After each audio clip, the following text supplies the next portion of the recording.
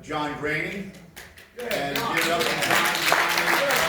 A lot of years of public service, and he'll do a little bio on himself. It's a little lengthy for me, so he'll take care of it. Thank you, George. Thank you, Al. Who's John Graney, for those that don't know me? Eldest of 13 children. Wow. Yes, wow. Bronx Irish Catholic. Oh, I knew that. Goes for it. All right. After the military service, I was in the U.S. Air Force. Following the military, I joined the staff of Governor U.L. Carey back in 1977. Second day on the job, 1977, July, I remember it well. Blackout, New York City. Came to New York City, cowboy boots, blue jeans, and long hair. Anti-crime in the 40th Precinct, Alexander Avenue. From there, I continued 10 years for state service, working my way through the ranks. Got to the Commerce Action Team, statewide jurisdiction, all about job creation, job development, small business, business retention in New York. Something that we're feeling greatly now in New York again. Then I joined staff of Borough President Ferrer for 5 years. Freddie hired me on to rebuild the Bronx. Back in the day, the housing on the Cross Bronx was vacant, window shades in the windows. What do we do? How do we fix the Bronx? How do we make it good? How do we make it great? Did that for 5 years. Along came a guy by the name of Rudy Giuliani. I listened to him and liked him. Rudy hired me as Director of Enforcement. Set up an enforcement unit within the Department of Information Technology and Telecommunications.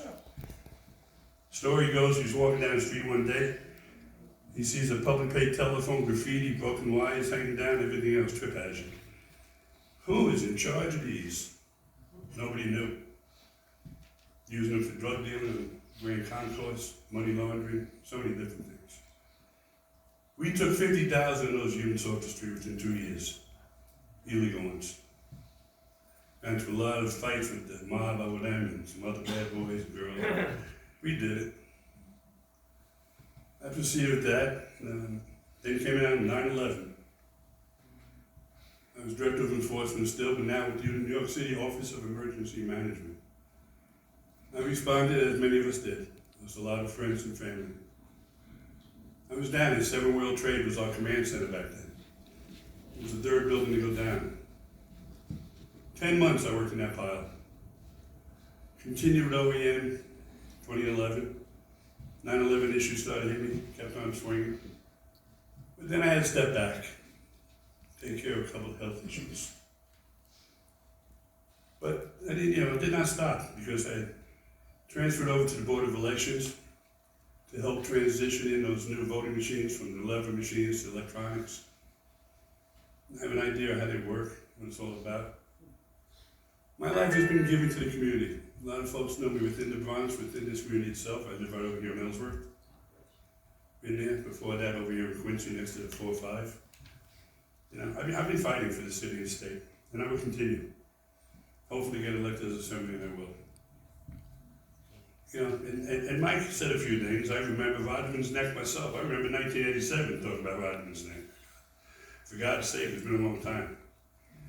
We talked about the lead abatement over there at that time. And still working on legislation. Give me a break. Legislation. Princeton Avenue seawall. That's my backyard. Yeah, Mike, where were you? For 8 years, we called Channel 12 up to get the city moving, the state and the feds moving. Where's the funding? Sandy anniversary coming up. Mike's in the front of that seawall, by himself on Channel 12, talking about what he did to get that done. The neighbor said, the first time I saw Mike was last week talking to Channel 12. I said, me too. And it's not done. We know that. The construction fence is still there. It's not done yet. So,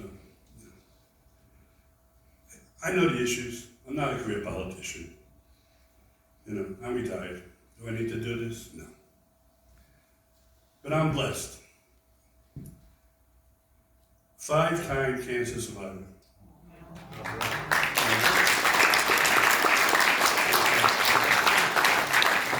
My wife says to me, why are you doing this? The grandkids say, why are you doing this? Because I'm blessed. I'm blessed with the family and friends, and I got a lot more to give. You know, what's going to happen when you win? I go to Albany. I'm going to push for term limits.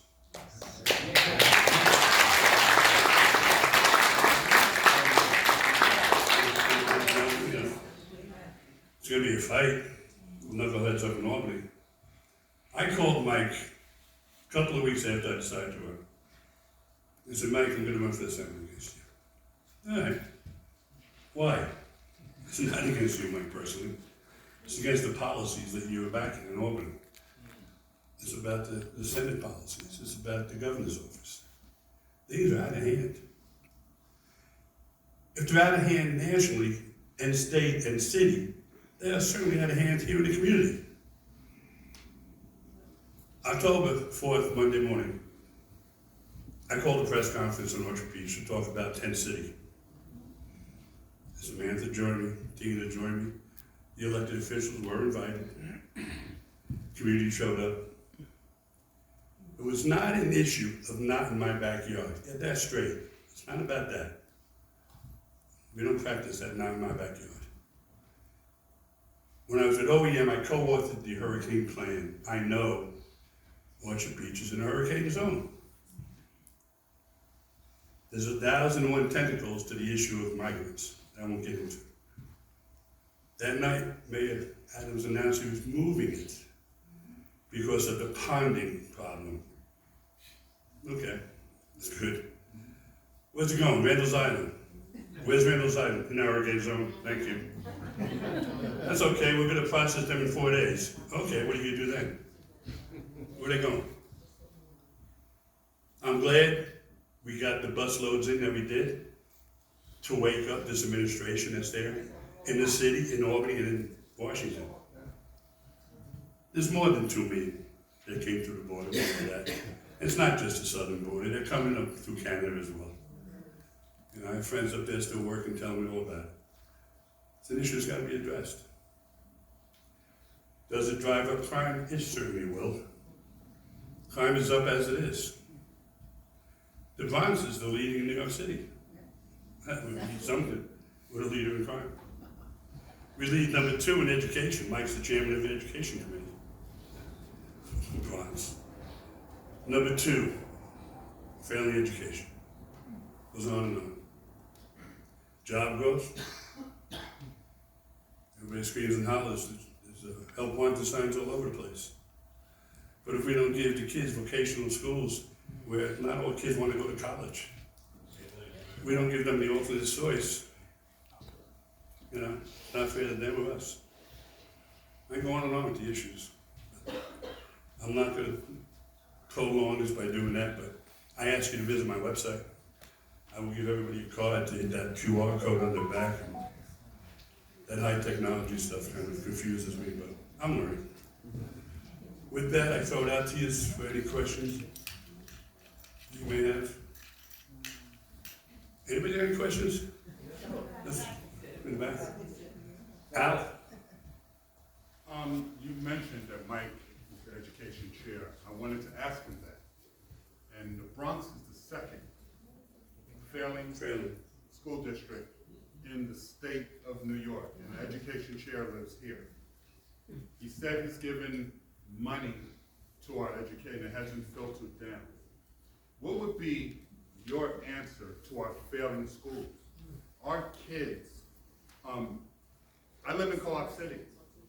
Our kids are being left behind right now. Their alternative is... Give us a question. Okay, their alternative is school or games. What about the vocational schools and vocational training? What would be your plan to help our kids? It's going to be a multifaceted thing. Education's got so many branches. I am a proponent for charter schools, more vouchers. Parents got to make the choice. Vocational schools, I know well, there was a program, BOCES, back in the day when I was growing up, that had the programs available to be a welder, be a mechanic, be a farmer, raise crops, so many different things. We have to have more vocational schools. We have to open up. The buildings that are being, they're vacant now, the buildings are vacant. We've got to give these kids a choice to get there. And we have to give them program school mentor. Remember the Big Brother program? Like when I was growing up? The mentor program? All right, we need more teachers, yes, but we have to have the programs. We got to go down one at a time. We got to hold the education department responsible for that. We got to hold Albany responsible for that. We've got to talk about not just one Bronx School of Science, not one Brooklyn Tech, but a few special schools. And we've got to be able to teach the kids what it's like to take the test and be willing to do this. But we have to give them the hand. It starts in the family. The family, we all know, is the basic unit of society. All right? It doesn't start at home. It's not going to get done. They're going to go looking out for the gangs. They're going to be looking for somebody. They're going to be peer pressure. We know that. We have to have the folks in there. We've got to pitch in volunteers. Everybody's going to volunteer, no matter what age group they are. And that's where it's going to grow. And I hope I addressed a couple of them. Okay. Yes? But you know what, like this gentleman was saying, when I went to 101, I was in junior high school, Yeah. we had wood shop, we had metal shop printing, we had they were teaching us at a young age. Give a question, questions. Statements are good, Jack, you gotta give them a question, come on. That's the And right thing I to do. feel that, maybe that they should bring these schools, these vacation schools, years ago. Well, like Alex, yes, I am all for You know what vocational I'm talking schools, about, right? and I'm for SHOP. Home economics, SHOP, whatever you want to call it, Right. that's important. I am not for the critical race theories. It doesn't belong in grammar school. I can go one at a time, course by course with the grandkids. I said, what the hell is going on? They're not old enough and understanding this stuff yet. Let them learn in college. Let them learn philosophy, theology, psychology, whatever else. It goes like the same with the history. What is this with knocking down the statues? I haven't got a presidential bone in my body, believe me, I don't. I know it went on, and I'm sorry it went on. If I were there to stop it, I hope it would have stopped it, but I wasn't. But this is history, this is our country's history. Right, wrong, or indifferent, it is what it is. So please, those are the things that have to come to a stop. Absolutely. So, as a member of the assembly, what do you think you can do to stem this crime issue in our district? It's worse in the Bronx than it is in some other areas, so Okay. it's a statewide and It's a statewide, city, local issue. I'm not afraid to take any question about what level of government is, because elected officials have a bully pulpit. That's the microphone, and they get the attention of the press. So the issue they address will be listened to. Maybe not vote on it, but what do I do for crime? Yes, the background is enforcement. We gotta fully fund the police department, not defund. We have to look at alternate sources of support from federal agencies and state agencies, whether it be ATF, Alcohol, Tobacco and Firearms, DEA, Drug Enforcement, whatever they are, alphabet soup. We have the MTA. It's run by the state. We got city cops going into the MTA, into the subways. We're hoping the city cops control the turnstile, because that's where you control everything. You can hand out some desk appearance tickets or stop, question, and frisk. We gotta go back to that. It really does work. Fund them. Give them funding. Look for alternate sources. Support. After 9/11, everybody helped us. State troopers were here in the Bronx. I welcome them back. The MTA, hey, you know what? Let's get a hold of the National Guard. Let's have the governor ask the National Guard to come in and go into the suburbs, the military police. Let them walk around side by side with the local cops. Why not? I got no problem with that. I don't think my kids, my grandkids, or any of your kids have a problem with that. They can go to school safely, they're gonna go. So many things to do, but it's an uphill battle. You know, it's controlled by the Democratic Party. Governor's House, Assembly, State Senate. I will be your voice, believe me. You know, but if you want your voice heard, you gotta vote. I want to be your voice up there, believe me. I will fight it. Okay. Do you think is there any future for blue collar and manufacturing employment in the Bronx specifically? We had a family business in the 40th precinct for almost 90 years. Had a good run, good place to have it. Is there any future in this or other? Where are you looking at then? For 133rd. what business was that? Office equipment. I walked those streets, as I said, to do anti-crime back in 1977. Spent a year walking around visiting companies like yours, small businesses. State Department of Commerce now knows the State Department of Economic Development. Has to give programs again, tax abatement programs, tax incentive programs, job training programs. They have to reactivate a lot of that stuff and promote it.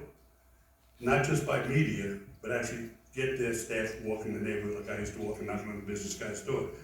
Small business is the heart of business development, economic development. That's the heart. If that fails, whether it be an office equipment supply company or anything else, the Bronx is a key distribution network for companies. No question about it. We're the only part of New York City attached to the mainland.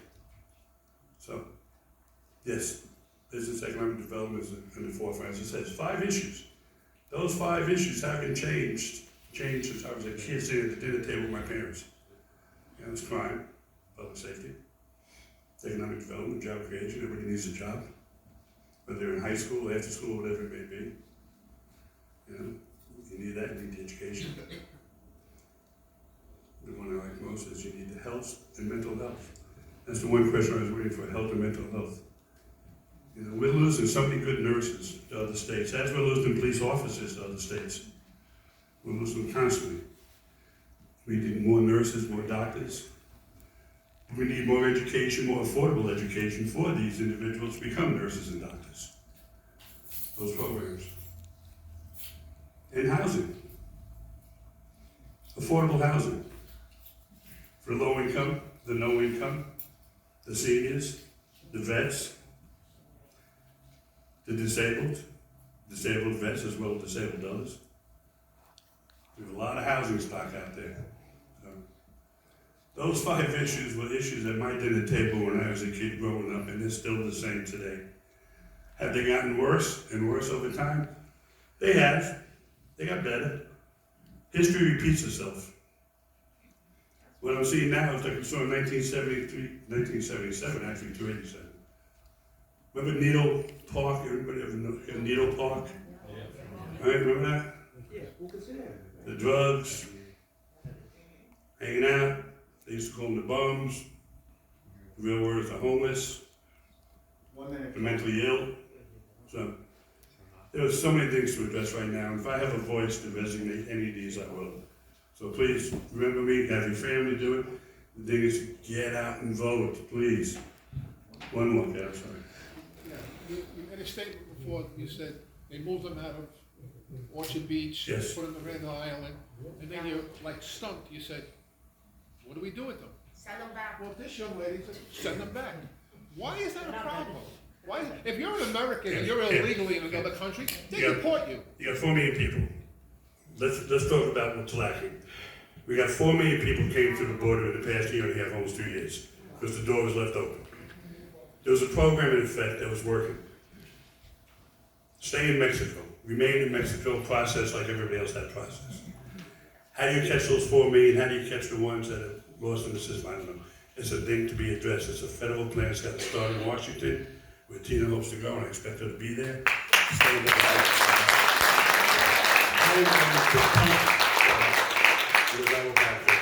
and I will try to give ideas. Time. Thank you so much.